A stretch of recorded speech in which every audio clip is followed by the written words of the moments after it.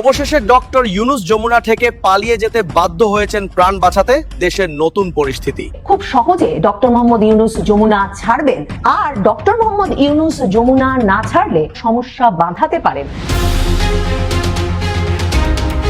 এদিকে আজ ডক্টর ইউনুস তার বাসভবন যমুনা থেকে পালিয়ে যেতে বাধ্য হয়েছেন। চারদিকে আন্দোলন হচ্ছে, প্রতিবাদ হচ্ছে তার বিরুদ্ধে। আওয়ামী লীগ সহ বিভিন্ন রাজনৈতিক দল এক হয়ে এবার অ্যাকশন নিচ্ছে। বন্ধুরা, একদম ব্রেকিং নিউজ, আর এই খবরটা আপনাদেরকে জানাতে পেরে সত্যিই খুব আনন্দ লাগছে। কারণ আমি সর্বপ্রথম আপনাদেরকে জানাচ্ছি, বাংলাদেশে এত মিডিয়া আছে, কিন্তু এই খবর এখনো পর্যন্ত কেউ আপনাদের সামনে নিয়ে আসতে পারেনি। ইউনুস সরকার যেখানে তিনি এক ঢিলে দুই পাখি মেরেছেন, বুঝিয়ে দিলেন খেলা হবে, খেলা হবে। ধন্যবাদ। বর্তমান বাংলাদেশ সরকার এক ঢিলে 10 পাখি শিকার করা যায়, যে পুরোপুরি নিয়ন্ত্রণে নিয়ে নিয়েছে। আলহামদুলিল্লাহ। ডক্টর ইউনুস এই অ্যাকশনগুলো নিতে গিয়েই পালিয়ে যেতে বাধ্য হয়েছেন। তার উপর সরাসরি চাপাশে চারদিক থেকে তিনি এক দিলে অনেক পাখি মারতে চেয়েছিলেন। আপনারা দেখতে পারবেন যে দেশে এই মুহূর্তে নতুন পরিস্থিতি। প্রফেসর ইউনুসের স্বপ্ন পূরণ হবে। ইউনুস একজন লেজেন্ড, ইতিহাসের কিংবদন্তি। ইউনুস শুধু বাংলাদেশ সরকারের এখন প্রধান নন, ইউনুস বাংলাদেশপন্থী, ভারতপন্থীদের বিরুদ্ধে। এইটাই তো ইউনুস। তিনি নোবেল প্রাইজ এমনি পান। অন্য মাপের খেলোয়াড় তো ভাই, বুদ্ধি দিয়া চলে, ইমোশন টিমোশন সবকিছু আছে, এগুলো চাইপা রাখে। খেলার ওভার, গেম ইজ ওভার। হ্যাঁ, একজন বড় মাপের খেলোয়াড় ডক্টর ইউনুস সরকার। সেই জন্যই তিনি আজকে বিপদের মুখে পড়েন এবং সারা দেশের মানুষ তার বিরুদ্ধে। দর্শক শ্রোতা, অনেকে ডক্টর ইউনুসকে সরাসরি কথা বলছিল, আপনারা দেখেছিলেন। আজকে দেশে নতুন একটি ঘটনা ঘটে। ডক্টর ইউনুস একটি কঠিন সিদ্ধান্ত, একটি ভয়াবহ সিদ্ধান্ত নিতে বাধ্য হন। এই দিকে দেশের প্রত্যেকটা জনগণ অবাক হয়েছে, আবার এই সংবাদটি অনেকে জানেও না। আপনাদেরকে সব কিছু দেখাবো। সর্বশেষ ডক্টর ইউনুস এই সিদ্ধান্ত কেন নেন বা তার কি হয়েছে। আসুন আমরা কথা বাড়াবো না, আমরা সরাসরি ভিডিওর মূল আলোচনায় চলে যাব এবং চারদিক থেকে যে চাপ আসতেছে ডক্টর ইউনুসের উপর, বিভিন্ন আন্তর্জাতিক চাপ, আওয়ামী লীগ, সবকিছু দেখতে পারবেন। খুব সহজে ডক্টর মোহাম্মদ ইউনুস যমুনা ছাড়বেন সেটা মনে হয় না। আর ডক্টর মোহাম্মদ ইউনুস যমুনা না ছাড়লে এই যে ক্ষমতা হস্তান্তর প্রক্রিয়াতে গিয়েও একটা সমস্যা বাঁধাতে পারেন ডক্টর মোহাম্মদ ইউনুস। কারণ যে দলটি পরাজিত হবে, যে পক্ষটি পরাজিত হবে, সে পক্ষ যদি নির্বাচনের ফলাফল না মানে, নির্বাচনের ফলাফল তারা না মানলে যে অস্থিতিশীলতার সৃষ্টি হবে, তার মধ্যে কি করে নতুন সরকার ক্ষমতায় নেবে? তখন কি একটা দীর্ঘমেয়াদী সময় অন্তর্বর্তীকালীন সরকারকেই ক্ষমতায় থেকে যেতে হবে?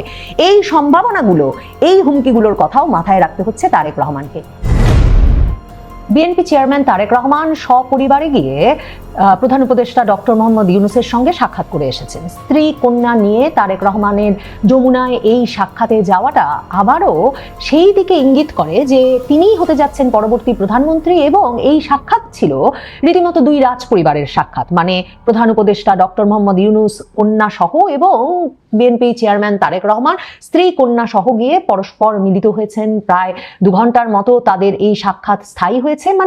এমন সৌজন্য সাক্ষাৎ ডক্টর মোহাম্মদ ইউনুস এর আগে কিন্তু জামায়াতে ইসলামীর আমির ডাক্তার শফিকুর রহমান কিংবা তার যে অত্যন্ত ঘনিষ্ঠ ভালোবাসার এবং স্নেহের যে ছাত্র তরুণ নেতারা, তাদের কারো স্ত্রী সন্তান সহ তিনি যমুনায় ডেকেছেন এমন জানা যায়নি। কিন্তু এ দফায় তিনি সরাসরি এই আমন্ত্রণ করেছেন বিএনপি চেয়ারম্যানকে এবং তিনি গিয়ে উপস্থিত হয়েছেন। কারণ সরাসরি ভাবে তারা জানেন যে তারাই নির্ধারণ করবেন আগামীর বাংলাদেশ, আগামীর নির্বাচন, আগামীর ক্ষমতার ভাগাভাগিটা কিভাবে হবে। এই যে ডক্টর মোহাম্মদ ইউনুসের বিএনপি নেতা তারেক রহমানের সঙ্গে সাক্ষাৎ, এই সাক্ষাৎকে শুধুমাত্র সৌজন্য সাক্ষাৎ হিসেবে দেখবার কোনো সুযোগ নাই। কারণ এমনকি আপনারা যদি ছবিটার দিকে তাকান, বুঝবেন যে ডক্টর মোহাম্মদ ইউনুস এবং তার কন্যা পর্যন্ত এমন ভাবে জমিয়ে বসেছেন সরকারের সর্বশীর্ষ পদে যে তাদের পক্ষে যমুনা ছেড়ে আবার সাধারণের জীবনে ফিরে যাওয়া প্রায় অসম্ভব। তাহলে তারেক রহমান প্রধানমন্ত্রী হবেন, তারেক রহমান প্রধানমন্ত্রী হলে ডক্টর ইউনুস কি পাবেন? এই ভাগাভাগিটা না হলে যে ডক্টর মোহাম্মদ ইউনুস হয়তো নির্বাচনটা করতে দেবেন না, আর নির্বাচনটা হয়ে গেলেও ক্ষমতা হস্তান্তর প্রক্রিয়াটা খুব শান্তিপূর্ণভাবে হবে না, সে সন্দেহ কিন্তু মার্কিন যুক্তরাষ্ট্র সহ পশ্চিমা বিশ্বের দেশগুলোর ঘোরতর ভাবে আছে। সে সন্দেহ বিএনপিরও না থাকবার কোনো কারণ নাই, কারণ তাদের সঙ্গে এই আলাপটা দীর্ঘ সময় ধরে ধরেই হচ্ছে যে কি করে ডক্টর মোহাম্মদ ইউনূস আর তার যেসব মানে সুবিধাভোগীদেরকে তিনি বিভিন্ন দেশ থেকে উড়িয়ে এনেছেন তাদের কি ব্যবস্থা হবে, বিশেষভাবে ডক্টর মোহাম্মদ ইউনূসের কি ব্যবস্থা হবে। তিনি যদি কোনো একটা শীর্ষ রাষ্ট্রীয় পদ ধরে না রাখতে পারেন তাহলে তার প্রতিষ্ঠানগুলোর কি হবে, তার যে ব্যবসাপাতি তিনি ব্যাপক হারে সাজিয়ে বসেছেন, নতুন নতুন বিভিন্ন লাইসেন্স নিয়েছেন, যেমন ধরুন জনশক্তি রপ্তানির ব্যবসার লাইসেন্স নিয়েছেন, তিনি নতুন করে ইউনিভার্সিটি করবার লাইসেন্স নিয়েছেন, কর মওকুফ করিয়েছেন শত শত কোটি টাকার, এবং এই যে অনির্দিষ্টকাল ধরে তিনি গ্রামীণ ব্যাংকের মাথায় থাকবেন সেটা যে নিশ্চিত করে নিয়েছেন শেখ হাসিনা সরকারের পতনের পর, এগুলো কি করে নিশ্চিত হবে যদি তিনি ক্ষমতার কেন্দ্রবিন্দুতে না থাকেন? ডক্টর মোহাম্মদ ইউনূস কখনো কিন্তু যদি কিন্তু ছাড়া আর কথা বলেন নাই। এখন যদি কিন্তু না, এখন মেটিকুলাস ডিজাইন অনুযায়ী একদম ডাইরেক্ট অ্যাকশনে যাচ্ছে, যেমন এই যে বিমানের বোর্ডে ঢুকাই দিচ্ছে রিলেভেন্ট এখনকার সময়ে সবচাইতে যদি যোগ্য লোক হন, ইলেকশন কমিশন থেকে সেক্রেটারি কিভাবে শোনায় বলেন আপনি? এবং এই অবৈধ জিনিস যখন দেশে গণভোটে চালাচ্ছে আপনি বলেন তো সচেতন নাগরিক হিসেবে অবৈধ জিনিসে কিভাবে টিক বা না দিবেন, আপনি দিবেন কি করে বলেন?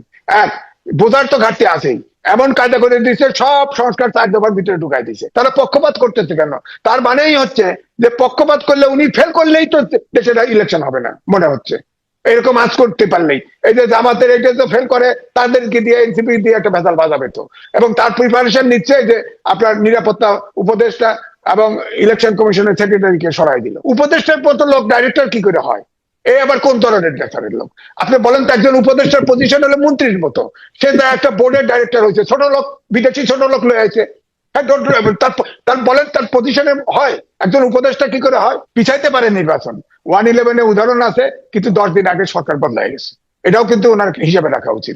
ধরে নিয়ে সব জেলখানায় ঢুকাচ্ছে আর বেরোচ্ছে না, বেরোচ্ছে না, তার কেসও হেয়ারিং হচ্ছে না। আমন্ত্রণ জানাচ্ছি প্রিয় দর্শক, মানচিত্র নিয়মিত আয়োজন কথোপকথনে আগামী বাংলাদেশ ভবিষ্যৎ নির্মাণের জন্য যে নির্বাচনটি আমাদের জন্য খুবই গুরুত্বপূর্ণ, সেই নির্বাচন নিয়ে আসলে কি হচ্ছে, এই প্রশ্ন যখন সাধারণ মানুষের মুখ থেকে প্রতিনিয়ত উঠছে, ঠিক সেই মুহূর্তে এখন দেশের বিবেকবান সুবুদ্ধি সম্পন্ন যে মানুষেরা তারাও একই প্রশ্ন তুলতে শুরু করেছেন। যেমন খুব উদাহরণ সহকারে বলা যায়, ডক্টর দেবপ্রিয় ভট্টাচার্য, দেশের অন্যতম অর্থনীতিবিদ, সিপিডির ডিস্টিংগুইশড ফেলো, তিনি এই প্রশ্ন উত্থাপন করেছেন যে নির্বাচন আসলে নিরপেক্ষ হবে কিনা সেই সন্দেহ যাচ্ছে। নির্বাচন হবে কিনা, নির্বাচন হলেও বিশেষ কোনো শক্তিকে ক্ষমতা আনার কোন ষড়যন্ত্র চলছে কিনা, আমরা সেই সব বিষয়ে আলোচনা করবো। এই বিষয়ে আলোচনার জন্য আমাদের সঙ্গে যুক্ত রয়েছেন সিনিয়র সাংবাদিক এম এ আজিজ। আপনাকে স্বাগত জানাচ্ছি। এবং যে কথা বলছিলাম, ডক্টর দেবপ্রিয় ভট্টাচার্যের একটি বক্তব্যকে কোট করলাম। আপনার কাছে যদি সরাসরি প্রশ্ন করি যে বিএনপি কে আমরা নানান সময় হাতে পড়তে দেখেছি, আপনি নিজেও বলেছেন যে বিএনপি একটা বিশেষ জায়গায় আটকা পড়ে গেছে, এই নির্বাচন হবে কিনা সেই প্রশ্ন যেমন হচ্ছে, আর নির্বাচন হলেও সেটি মেকানিজমের মাধ্যমে বিশেষ কোনো শক্তিকে আনার মানে ক্ষমতা আনার চেষ্টা চলছে কিনা সেই প্রশ্ন সামনে আসছে।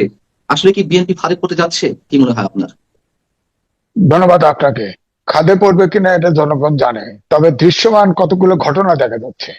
আপনি বলেন বিমানের ডাইরেক্টর বানানো হয়েছে 3 জনকে, তার ভিতরে ইলেকশন কমিশনের যে সেক্রেটারি তাকেও নেওয়া হয়েছে। এটার উদ্দেশ্য কি?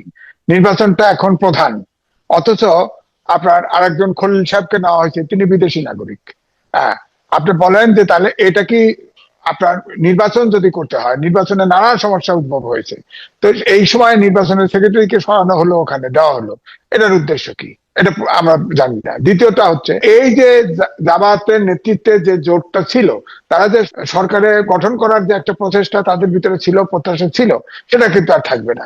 তখন তো আপনি দেখেন, এখন তাহলে তো দেখা যাবে যে এই জোট নির্বাচন পিছানোর জন্য নানান রকম সূত্র খুঁজবে।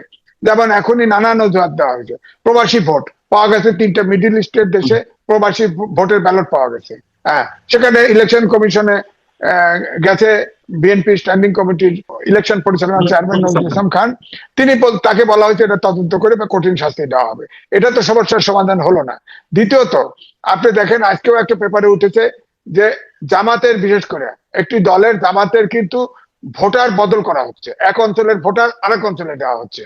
অর্থাৎ এখানে এইটার কারণে ইলেকশন কমিশনের অধস্তন কয়েকজন অফিসার কিন্তু আপনার তারা কিন্তু অলরেডি দোষী সাব্যস্ত হয়েছে। যুদ্ধের প্রস্তুতি নিচ্ছে ভারত, ভবিষ্যৎ যুদ্ধের প্রস্তুতি। এবং সেই যুদ্ধটা কি ইঙ্গিত দিচ্ছে, কেন ভারত যুদ্ধের প্রস্তুতি নিচ্ছে, ভারতের প্রতিপক্ষ কে, এই প্রশ্নগুলো খুবই গুরুত্বপূর্ণ প্রশ্ন হয়ে সামনে আসবে। কারণ এই মুহূর্তে চীনের সঙ্গে ভারতের বন্ধুত্ব তৈরি হয়েছে। আমরা দেখছি আমেরিকার সঙ্গে ভাটা পড়া বন্ধুত্বে আবার জোড়া লেগেছে এবং আমেরিকার কাছে ভারত সব থেকে ভালো বন্ধু, এরকমভাবে আমেরিকার নতুন রাষ্ট্রদূত ভারতে এসেই ঘোষণা দিয়েছেন। তার মানে আমেরিকাও শঙ্কা নয়, আমেরিকার শত্রু ভারতের শত্রু, এই ব্যাপারটাও মোটামুটি এখনকার বন্ধুত্বে মোটা দাগে সেটা মেনে নেওয়াই যায়। তাহলে ভারতের শত্রুকে এই মুহূর্তে, ভারতের আমার মনে হয় এই মুহূর্তে শত্রু তালিকায় যে পাকিস্তান আগে থেকেই ছিল তার সঙ্গে যুক্ত হয়েছে আমাদের দেশটির নাম বাংলাদেশ। সেটা যদি হয়ে থাকে তাহলে সেটা আমাদের জন্য কোনো সুখের খবর নয়। ভারতের সেনাপ্রধান গতকালকে ভবিষ্যৎ যুদ্ধের প্রস্তুতির কথা বলেছেন, কিন্তু সেই যুদ্ধটা কার বিরুদ্ধে যুদ্ধের প্রস্তুতি নিচ্ছেন তিনি সেটা খুব সুকৌশলে এড়িয়ে গেছেন, সেটা বলেননি, প্রকাশ করেননি। সেখান থেকেই এক ধরনের আতঙ্ক তৈরি হয়, হচ্ছেটা কি আসলে। চলুন একটু জেনে দেখি কি বলতে চাইলেন ভারতীয় সেনাপ্রধান, কিসের যুদ্ধের ইঙ্গিত দিলেন তিনি। থাকবেন পলিটিক্স টিভির নিয়মিত আয়োজনে।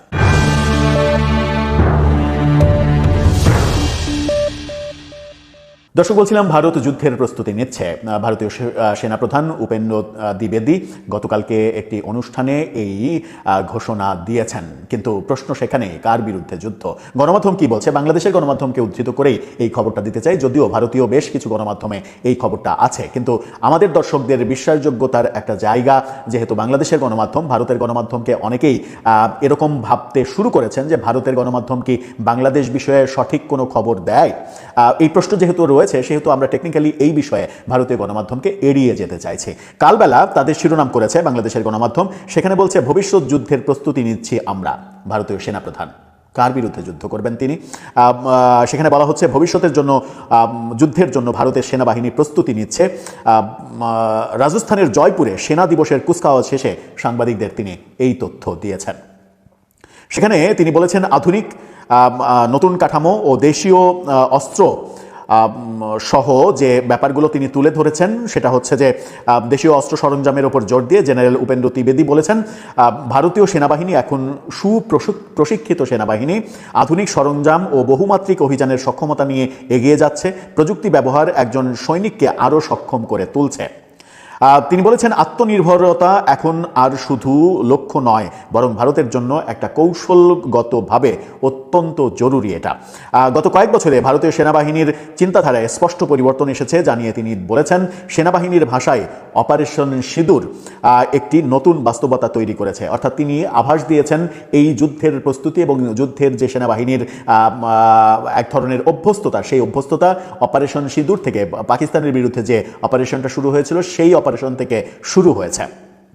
এই অভিযানের মাধ্যমে সেনাবাহিনীর দ্রুততা, সমন্বয় ও নিখুঁত আঘাত হানার সক্ষমতা প্রমাণ করেছে। অত্যন্ত গরম এবং অত্যন্ত গুরুত্বপূর্ণ একটি বিষয় নিয়ে কথা বলবো, তাই বরাবরের মতোই শুরুটা করি প্রশ্ন দিয়ে। প্রশ্নটা হলো, যে আওয়ামী লীগকে নির্বাচন থেকে বাইরে রাখার কথা বলা হচ্ছিল, সেই আওয়ামী লীগে কি এবার সরি বললেই নির্বাচনে অংশ নিতে পারছে বা ভোটে ঢুকে যেতে পারছে? এই যে ইউটার্ন, এটা কি হঠাৎ করেই ইউনূস সরকারের নিজস্ব সিদ্ধান্ত, প্রফেসর ইউনূসের নিজের সিদ্ধান্ত, নাকি ওয়াশিংটন থেকে আসা এক নীরব কিন্তু শক্ত বার্তার ফল?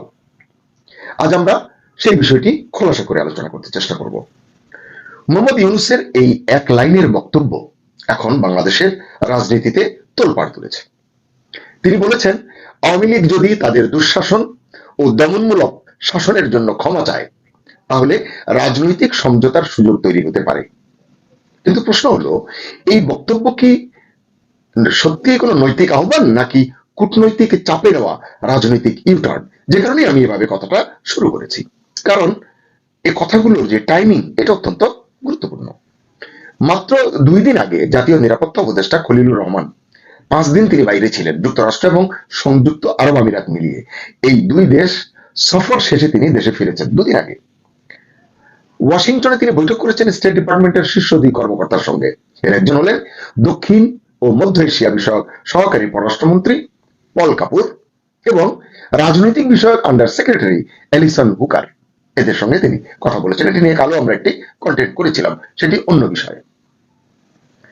ঢাকার কূটনৈতিক এবং রাজনৈতিক বিশ্লেষকদের মতে আলোচনার মূল বিষয় ছিল আসন্ন নির্বাচন, মানে হুকারের সঙ্গে এবং পল কাপুরের সঙ্গে খলিলুর রহমানের আলোচনার মূল বিষয় ছিল 12ই ফেব্রুয়ারির নির্বাচন। কি ছিল এই নির্বাচন, কতটা গ্রহণযোগ্য হবে এবং আদৌ তা অন্তর্ভুক্তিমূলক হচ্ছে কিনা, ইনক্লুসিভ হচ্ছে কিনা। এখানেই আসে যুক্তরাষ্ট্রের ভূমিকার কথাটি। ওয়াশিংটন প্রকাশ্যে কখনো বলেনি। দর্শক, আপনারা তো দেখলেন এখানে কি কথা হচ্ছে। অনেকে কিন্তু অনেক কথা বলতেছে, অনেকে আলোচনা করতেছে, অনেকে সমালোচনা করতেছে। বিশেষ করে এখানে ডক্টর ইউনূসের বিভিন্ন পদক্ষেপ, তিনি যে বিভিন্ন বইয়ে আছেন বা তার বিষয়ে অনেকে অনেক কথা বলতেছে, আলোচনা করতেছে, আবার সমালোচনা করতেছে। দর্শক শ্রোতায়, ডক্টর ইউনূসের বিষয়গুলো নিয়ে আপনাদের মন্তব্য কী? আপনাদের মন্তব্যটা অবশ্যই আপনারা আমাদের কমেন্ট বক্সে লিখে যাবেন। আর হ্যাঁ, এতক্ষণ আপনাদেরকে আমরা যা কিছু দেখিয়েছি সব কিছু আমরা সোশ্যাল মিডিয়া থেকে সংগ্রহ করেছি। এখানে আমাদের নিজস্ব কোনো মন্তব্য নেই বা আমাদের নিজস্ব কোনো সিদ্ধান্ত নেই। সর্বশেষ আপনাদের কাছে আমাদের একটা রিকোয়েস্ট থাকবে, আপনারা আমাদের চ্যানেলে নতুন দর্শক হয়ে থাকলে চ্যানেলটি সাবস্ক্রাইব করবেন এবং পাশে থাকা বেল বাটনটি বাজাবেন, যাতে করে নেক্সট ভিডিওটা সবার আগে আপনাদের কাছে পৌঁছে যায়। ধন্যবাদ।